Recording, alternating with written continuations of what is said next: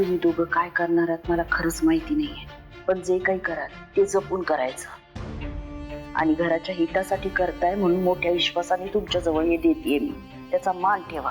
भय आई साहेब, पास काय आहे साहेब? मी हे समजा घराच्या हितासाठी करतोय, माझ्या भावाच्या भल्यासाठी करतोय मी हे सगळं. वय मी अशी चावी फिरवणार आहे ना की तुम्ही माझी दृष्टच काढाल आणि आई साहेब टेन्शन घेऊ नका, समजा तुमच्या मनासारखं होईल. ही मुलगी आहे ना, अहो आता ते समजा राहू दे ना, जे काय ते करायचं ते लवकर करा ना भाऊजी.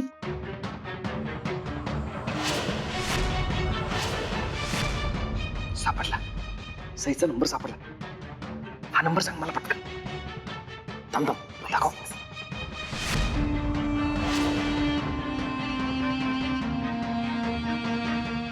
असं जा जा. माझं काम झालंय, तुझं काय? माझं बी चोप होणार, शेवटी बायको आहे तुमची. मी आम्ही फोन करतो.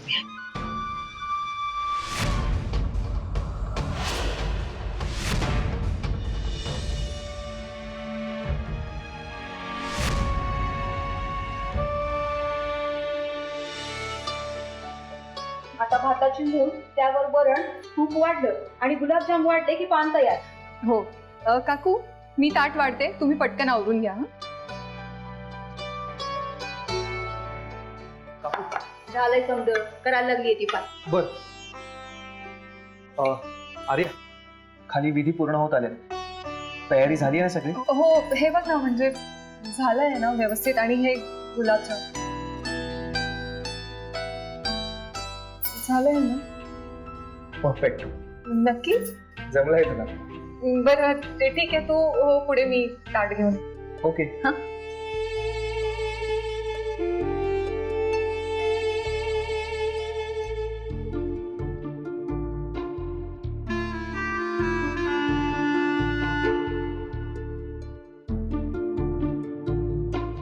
काय ग? हा? काय झालं? काही नाही, थांब नाही. एक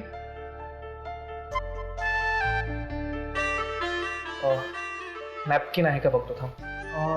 नॅपकिन.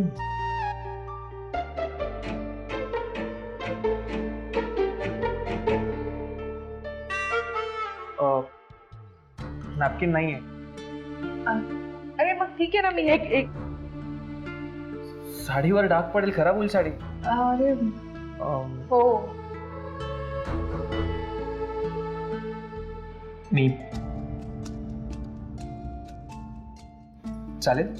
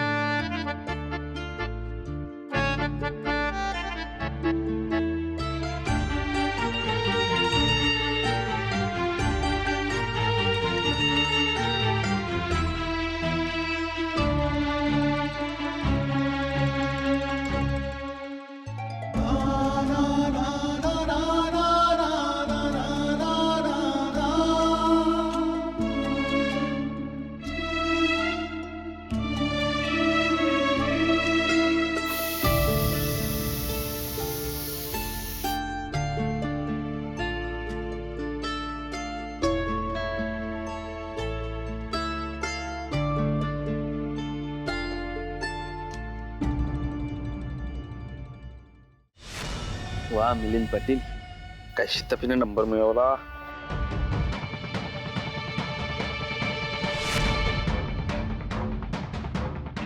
हा तर इंडियातला नंबर आहे. ती सई अमेरिकेत जाऊन बसली, याच्यावर काय कॉन्टॅक्ट करू?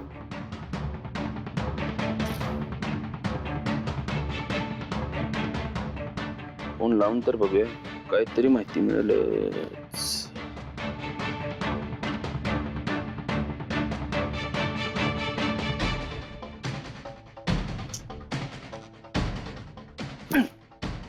लोक फोन स्विच ऑफ का करून ठेवतात माहिती नाही. सागर दादा जरी व्यवस्थित समजीकडे टाका.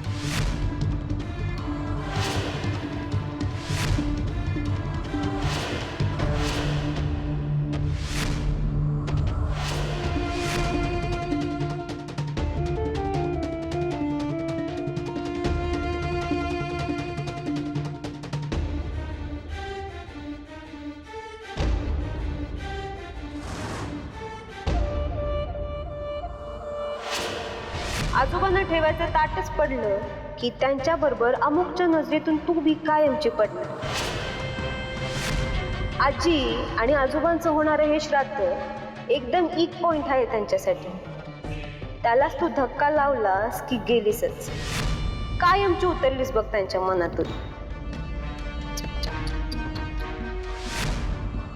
बॅड लक आलं. आता तुझी काळूबाई बी तुला काय पण मदत करू शकत नाही.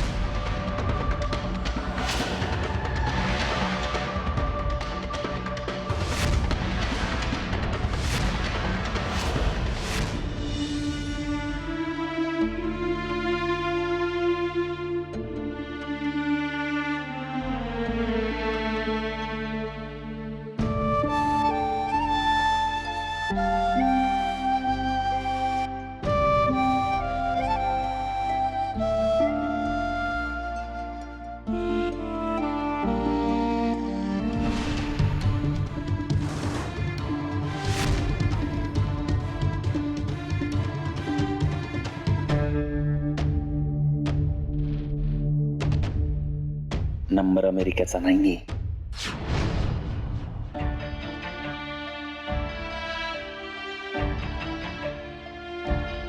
सर्व विधी करून झालेले आहेत. नैवेद्याचं ताटाना.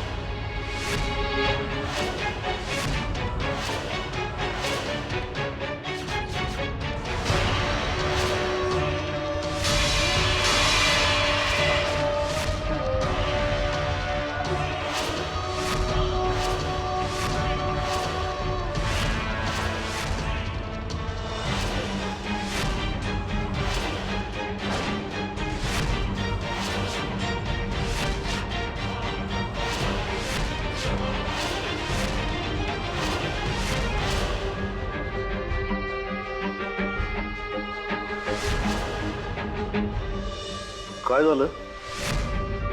पडलं म्हणजे हिने काहीतरी पाडलं वाटतं. चला चला बघूया. काही समजा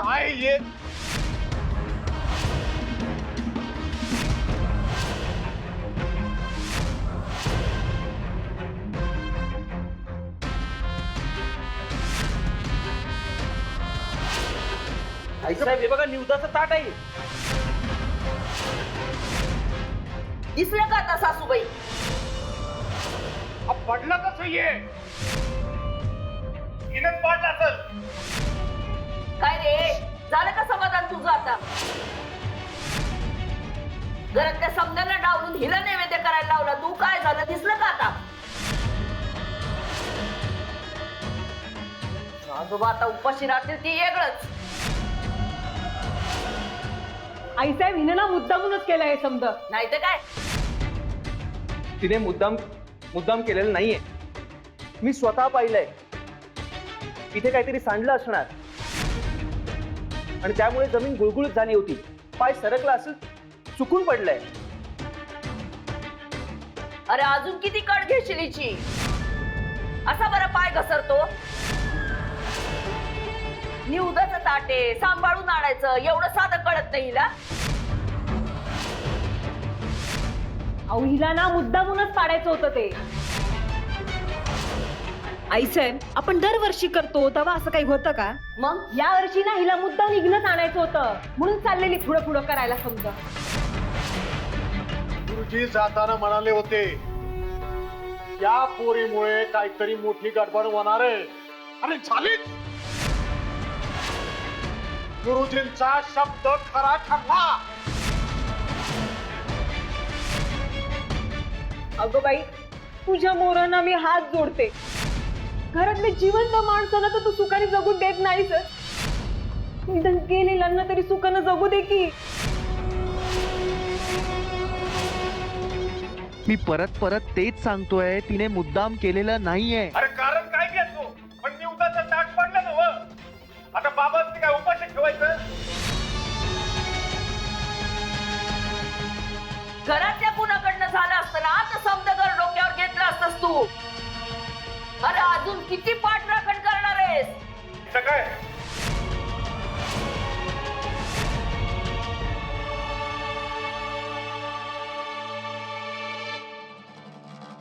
आजी तुलाही असंच वाटतंय का की आर्याने हे सगळं मुद्दाम केलं?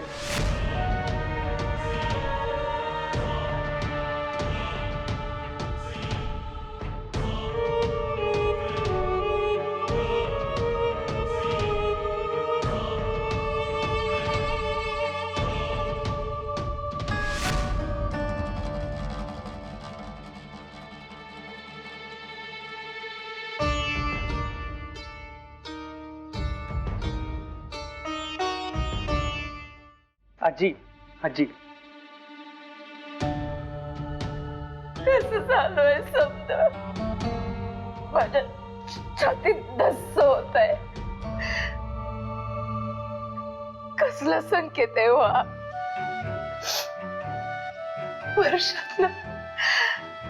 वर्षात एकदा पोचता येतं तुमच्या जवळ. त्या पानामुळे तुम्हाला भेटायला मिळत होत आणि पानामुळे हे समज होत होत. आजी माझ्यासाठी सुद्धा हा धक्काच आहे. तुझ्या भावना दुखावल्या गेल्या पण आर्याच्या वतीने मी तुझी माफी मागतो. तिने हे सगळं मुद्दाम नाही केलंय. चुकून झालंय आजी.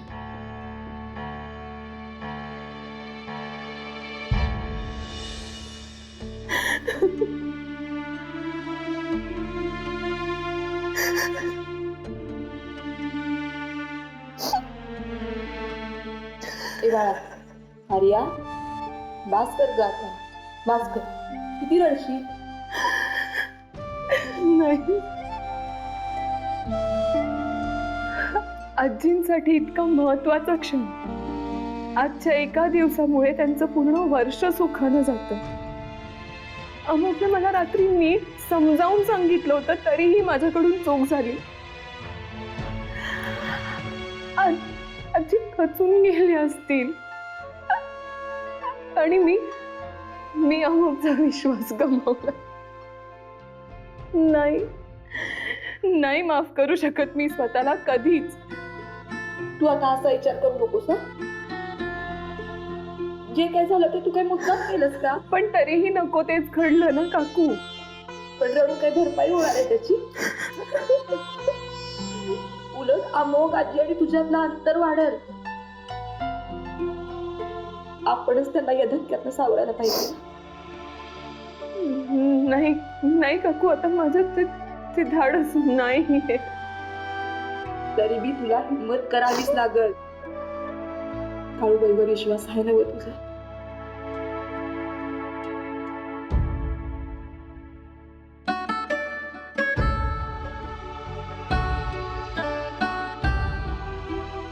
मग ती वाईटात नक्की काहीतरी चांगलं घडलं. चल चल बघू.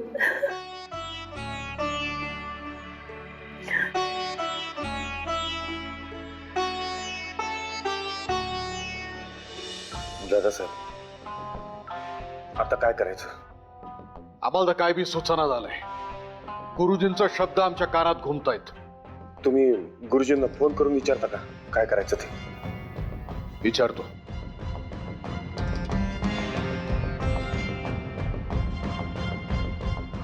गुरुजी फोन उचलना झालेत. रागवलेले दिसतात. फौजदार फोन लावा. हा.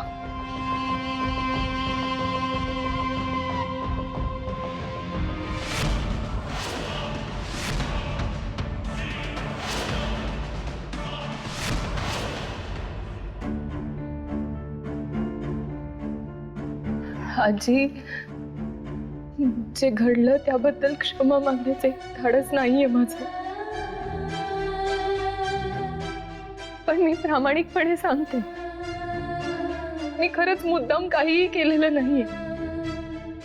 तुम्हाला नाही दुखवायचंय मला. मला कळतंय तो अपघात होता.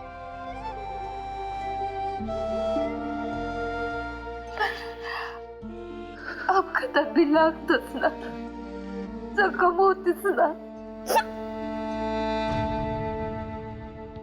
आजी, मला माहिती आहे ही जखम भरून निघणं अवघड आहे.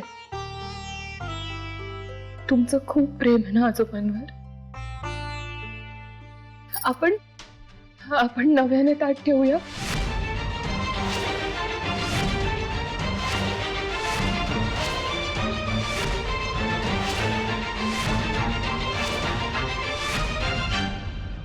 मला रीतीभातींबद्दल फार काही कळत नाही, पण आजी, तुमचं आजोबांवर इतकं प्रेम आहे की तुम्ही ठेवलेला वरण भात पण त्यांना मेजवानी वाटेल, कारण त्यांचंही तुमच्यावर तितकंच प्रेम आहे. आजी, ते तुमच्यासाठी येतात. तुम्ही त्यांच्या ताटाजवळ उपाशी बसून असता म्हणून येतात.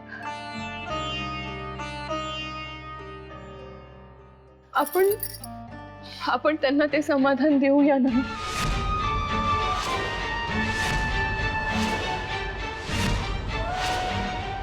ते नक्की येतील.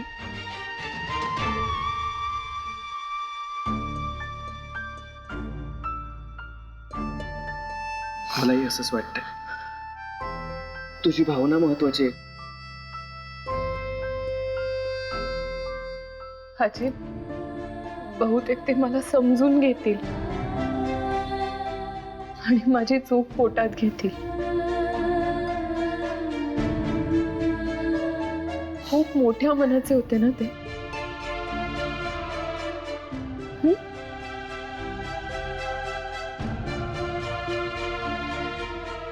आई, मला बी असंच वाटतं.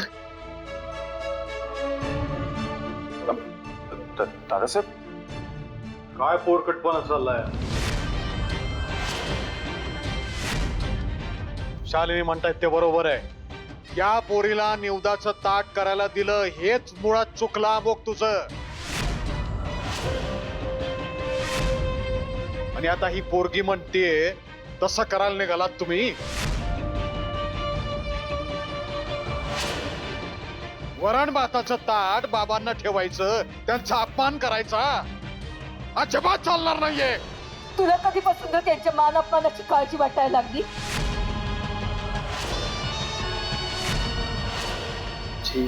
आणि एवढी काळजी असती ना तर त्या विराटाची हाजी हाजी केली नसतीस तू. त्या नकाबाज विराटापेक्षा या निर्मळ मनाच्या पोरीचं ऐकत.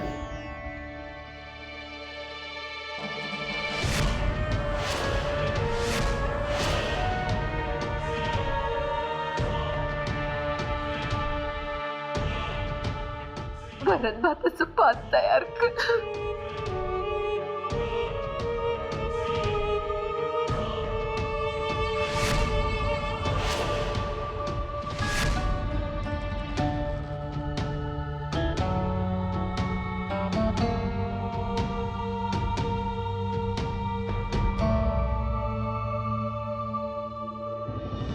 लईच पाठराखण करतायत त्या आर्याची, पण हरकत नाही. आता चिडला नाहीस तू अमोघ, पर पानाला कावळा शिवला नाही ना की खरा धमाका होईल.